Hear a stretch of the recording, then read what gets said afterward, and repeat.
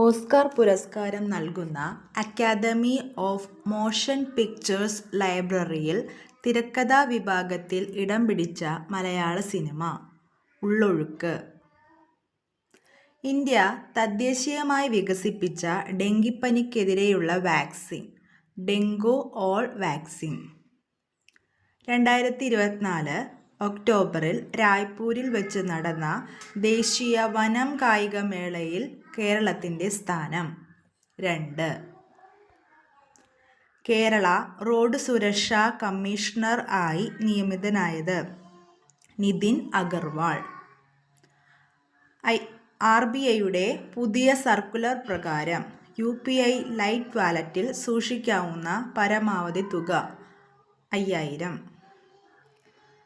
2024 ഒക്ടോബറിൽ അന്തരിച്ച അന്റോണിയോ